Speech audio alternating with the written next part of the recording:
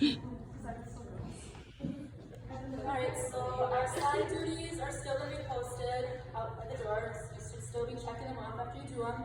We have additional side duties, so things that are new is sanitizing all equipment used after each event. We've already talked about what that equipment is. Sanitize the cubbies, so pay attention to which cubby your kid uses, and then this is Audubon in here. This Audubon is what we use to disinfect with. We have it in our mops out there and in our cleaners. These are found in here. So it's your job to wipe down the cubbies that your kids use with a paper towel and spray. If you ever run out of the Audubon in either the spray bottle or in the mop, it's going to be your job to refill it. So these big jugs here, Audubon is what we use. We have two different scents. We're going to use up the stuff in the green bottle first, and then we'll move on to the stuff in the purple bottles.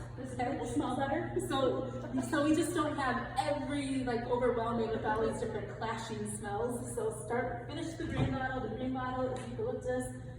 The purple bottle is lavender, which I'm not a fan of lavender. Everyone's in purple one. So we also have extra heads for the mops in here, and the Windex is in here. If you were ever wondering, we never had that for side duty. So other side duties that are new is sanitizing the ice packs. So as we said, we're going to have a cooler in there with the ice. When they're done with it, they're going to put their ice pack in a different bucket. So we'll have a bin. We'll have some other bucket there. So the stuff that's in the bucket is what you're going to want to sanitize. Again, use the Audubon.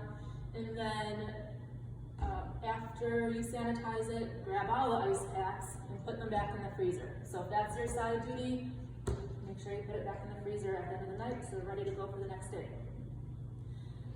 Bathrooms are going to be, front desk should be checking on bathrooms hourly, door handles hourly. So they're going to be in charge of the door handles in the lobby, the bathrooms, and enter and exit.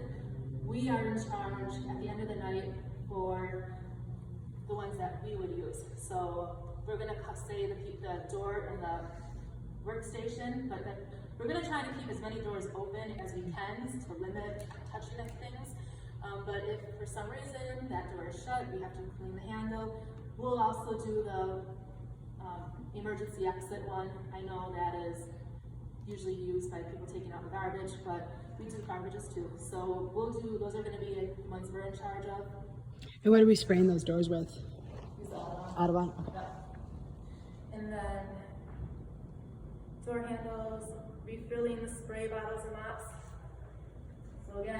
So this is, Audubon, this is not diluted. This is a concentrated form. So you want to mix 5 ounces of this with a gallon of water.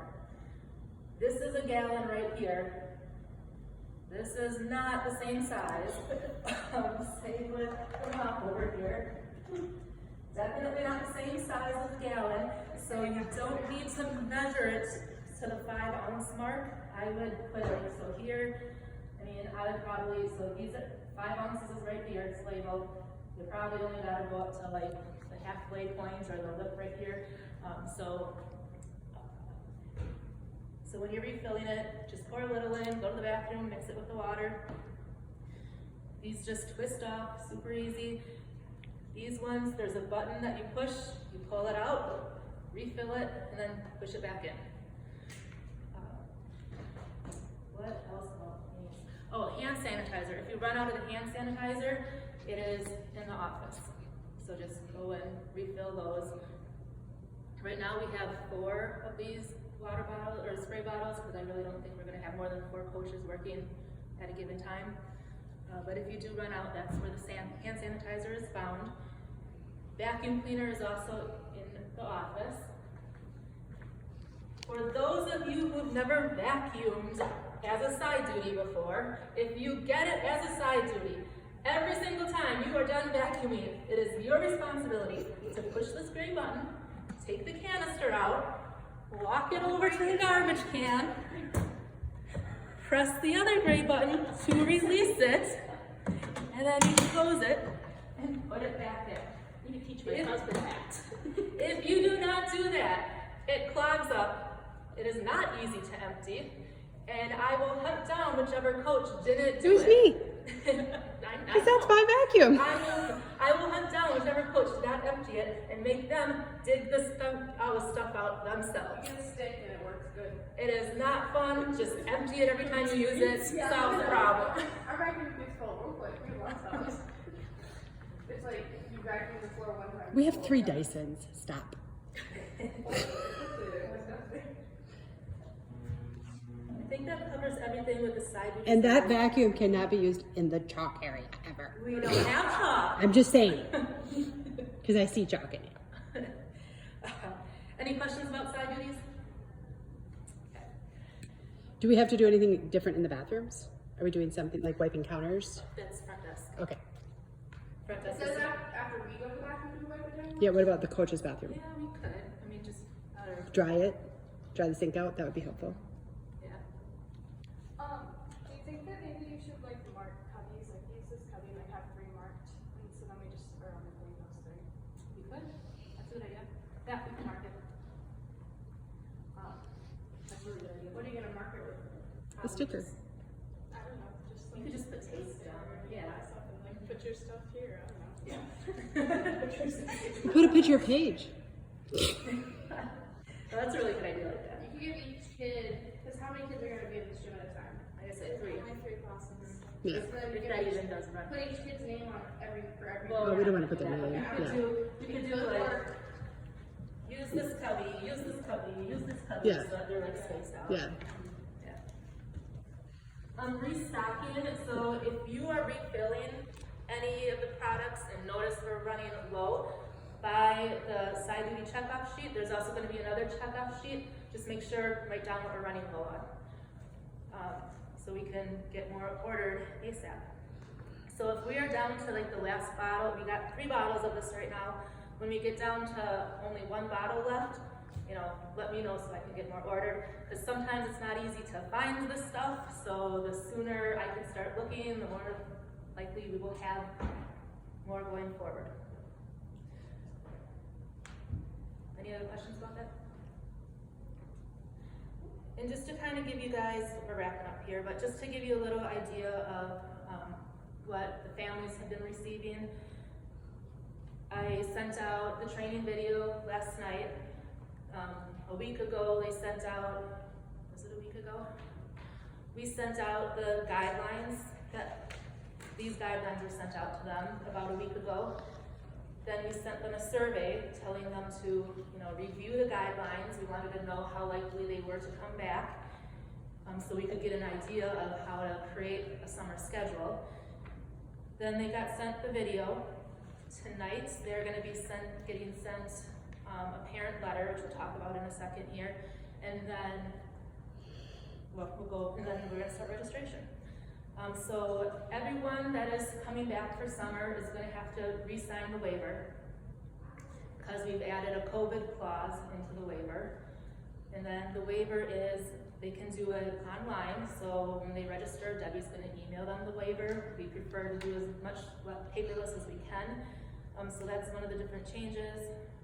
Anything else about the waiver that, I don't think so. The parent letter that's going out, basically what it is,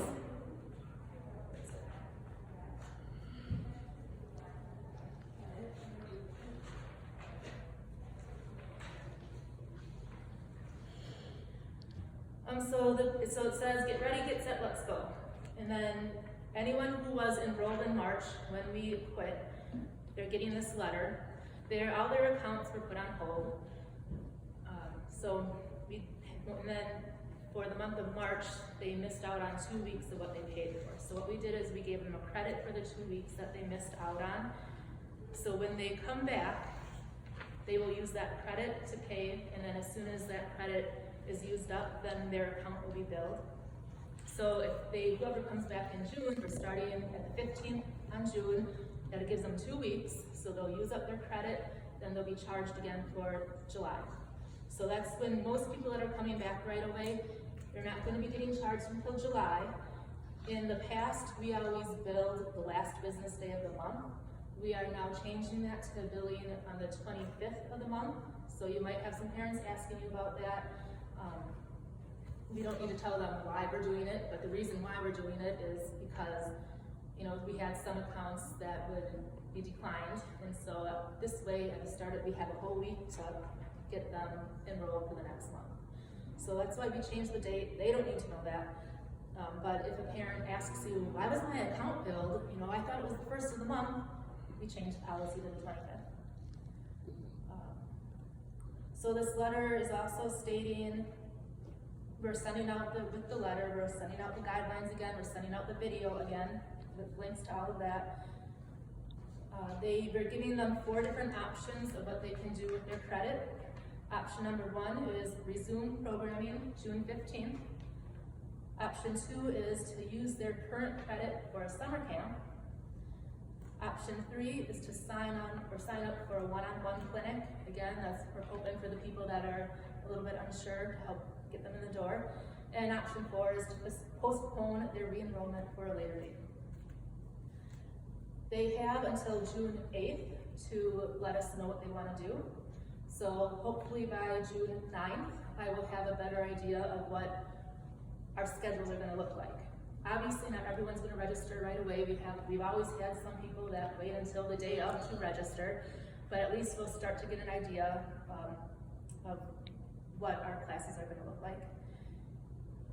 That's probably everything that's in the letter that you need to know. Oh, and then if they do start like halfway through, if they don't start right away on June 15th, you know, we'll definitely prorate what they missed, just like we always have.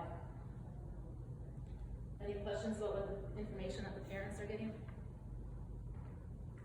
And again, it's just so if people question you that you know what's going on. If an employee tests positive, your first step is to contact Kari. And then she will put into place the process that she has in set. So we don't want you to go tell another coworker right away that just tell Kari, and then Kari has plans in place on how Kari will ask you a lot of questions to figure out, you know, what the next step is going to be. So if you're tested, just talk to Kari. And then I do have your tentative schedules. Again, this is extremely tentative. Full-time staff needs the hours first.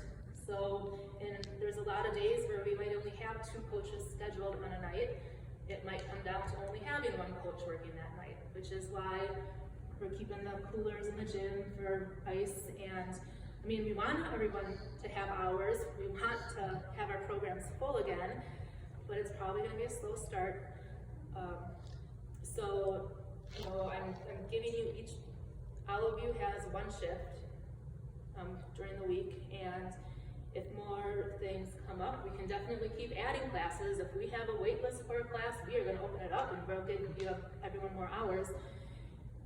There's always hours that you can get from doing subbing, or, you know, if camps become a big hit, which they might, because again, it's less of a commitment. You know, if we will keep pulling in more and more. I mean, we can split a camp up into 2 different camps, and we'll pull in extra coaches for camps.